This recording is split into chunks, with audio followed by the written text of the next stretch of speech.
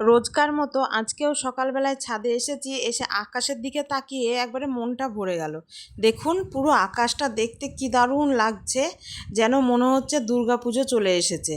তাই অনেকক্ষণ দাঁড়িয়ে থেকে প্রথমে আকাশটাই দেখলাম। চলুন, আর আকাশ দেখতে গেলে হবে না, কারণ নিচে গিয়ে আজকে বসাবো একটু ভাত। ছেলেটার খুব জ্বর, 3 দিন ধরে ভাত খায়নি। মাছওয়ালা ভাইকে ফোন করলাম কাতলা মাছ নেবো বলে, অনেকদিন কাতলা মাছ খাওয়া হয়নি। তাও কাতলা মাছ তো দিলই, তার সাথে আবার দিল এই যে অল্প করে একটু ইলিশ মাছ। ও জেনে গিয়েছে এখন ডিম ভরা মাছ মানে আমরা মা মেয়ে তো খুব ভালোবাসি। তার কি করা যাবে, নিতেই হবে, রেখেছে যেখানে আমার জন্য। এই যে আমি সব কাজ কাম সেরে ভাত বসিয়েছিলাম, এই করেছে আলু সেদ্ধ, ডিম সেদ্ধ, ভাত। তো দেখি মেয়েটারও শরীর ভালো না। ওর বাবা ওর,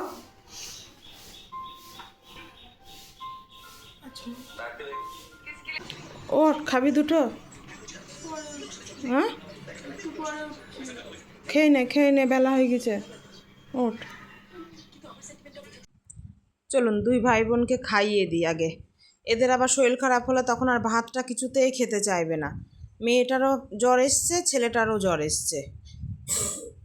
আর এই হয়েছে আমার এক সমস্যা, দুজনের একসাথে জ্বর হলে। চলুন ওই মাছগুলো রান্না করার জন্য আজকে একটু লাল লঙ্কা নেব, তাই ছাদে চলে এসেছি। ছাদে বেশ কয়েকটা লাল লঙ্কা হয়েছে, সেইগুলো তুলবো বলে। তাই এখানে লাল লঙ্কাগুলো সব পেরে নেব, আর ছাদে কিছু ফলও সব পেকে গিয়েছে, সেগুলোকেও একবারে তুলে নেব। ওরা বলেছিল আজকে আমরা তুলবো, কিন্তু দুই ভাই বোনেরই তো জ্বর, কেউ আর তুলতে আসতে পারলো না। আর এই গোল লঙ্কাগুলো কয়েকটা বেশ ধরেছে। এই চারিদিকে এত পরিমাণে ওই তারাগেঁদা গাছ হয়েছে না, যে গাছগুলো সেভাবে মানে ফল ফুলছিল না। আর এই দেখুন একটা ড্রাগন হয়েছে, বেশ ছোট, কিন্তু কেমন একটু চারি সাইডটা হয়েছে। এখন কেটে দেখতে হবে ভেতরটা ভালো আছে না নষ্ট হয়ে গিয়েছে। এই যে নতুন যে লেবুটা ধরেছে না, মনে হচ্ছে পেকে গিয়েছে, কিন্তু প্রথম তো আমি ঠিক বুঝতে পারছি না। তা ভাবছি একটা তুলে নিই, দেখি যদি পাকে তো বাকিগুলো তখন সব তুলে নেব। তুলে তখন একে ওকে একটা করে দেওয়া হবে। এই দুটোও পেকে গিয়েছে, এই দুটোকেও তুলে নিই। আর দুটো কাগজি লেবু দেখছি পেকে গিয়েছে, আর আমার তো লেবু লাগবেই, তা ওই দুটোকেও একবারে তুলে নিয়ে নিচে যাব। এই যে সবগুলো আমার তোলা হয়ে গিয়েছে, এবার নিচে যাব। চলুন চলুন, ওইদিকে সাদা জবা গাছটায় না দেখছি দুধ পোকা লেগেছে, তা দেখি একটু বিষ দিতে হবে মনে হচ্ছে। নিচে এসেছি, রান্না বসানোর আগে আমি ভাবলাম ফ্রিজে কটা কলা ছিল, তো কলাগুলো না কালো হয়ে যাচ্ছিল। বললাম দুটো বড়া ভেজে রাখি, মিষ্টি মিষ্টি হবে, খেতে ভালোই লাগবে। তা ছেলে মেয়ে যদি জ্বর মুখে একটু খায় এগুলো, অন্য কিছু খেতে ভালোই লাগছে না বলছে। তাই তাই এই যে গাছের লঙ্কাগুলো নিয়ে আজ ইলিশ মাছের মশলাটা করেছি। ইলিশ মাছটা ভাপাই করব, বেশি ঝোল করব না আজকে। আজ রান্না বান্না খুব শর্টকাটে ছাড়তে হবে, কারণ ছেলে মেয়ের দিকে একটু দেখতে হবে। তো তারপরে ছেলের চোখ দেখিয়ে এসেছি, তার সাথে আমার চোখটাও দেখিয়ে এসেছি। তা দুজনার চোখে 3টে করে ড্রপ দিয়েছে, 3টে করে ড্রপ আবার দিনে 10বার দিতে হবে। ওই দিতে গিয়েই মনে হচ্ছে আমার সময় শেষ হয়ে যাচ্ছে।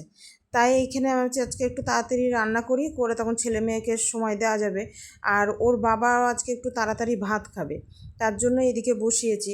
এই যে এদিকে ইলিশটাও বসিয়েছি, আবার ওদিকে কাতলা মাছটাও বসিয়েছি, কারণ দুটোই করতে হবে। ইলিশটা তো সেভাবে বেশি ছিল না, তাই অল্প করে দুটোই বসিয়ে দিয়েছি। ইলিশ মাছটা হয়ে গিয়েছে, নামিয়ে দিয়ে আবার ভাতটাও বসিয়ে দিলাম। আর এদিকে কাতলা মাছটাও হয়ে গিয়েছে, বা কাতলা মাছের মাথা দিয়ে এখানে বসিয়েছি লাউয়ের তরকারি। খুব বেশি রান্না হবে না। এই যে এখানে ইলিশ মাছটাও হয়ে গিয়েছে, কাতলা মাছও হয়ে গিয়েছে, আলু সিদ্ধটাও হয়েছে। আর এদিকে লাউয়ের তরকারিটা হয়নি, আর ওর বাবার খেতে বসারও সময় হয়ে গেছে। তাই বললাম 5 মিনিট দাঁড়াও, লাউটা আর একটু হোক, তারপর তখন তোমাকে খেতে দিয়ে দিচ্ছি। এই দেখুন আকাশটা সকালবেলায় যতটাই সুন্দর ছিল, এদিকে আবার চলে এসেছে ঝমঝম করে বৃষ্টি। চলুন জানালাগুলো আগে লাগাই, নাহলে সব জল ঢুকে যাবে এদিক দিয়ে। এদিকেই ছাট আবার। মেঘের কথা কিছু বোঝা যাচ্ছে না, কখন ঝড়, কখন বৃষ্টি, কখন রোদ, কিছুই বোঝা যাচ্ছে না।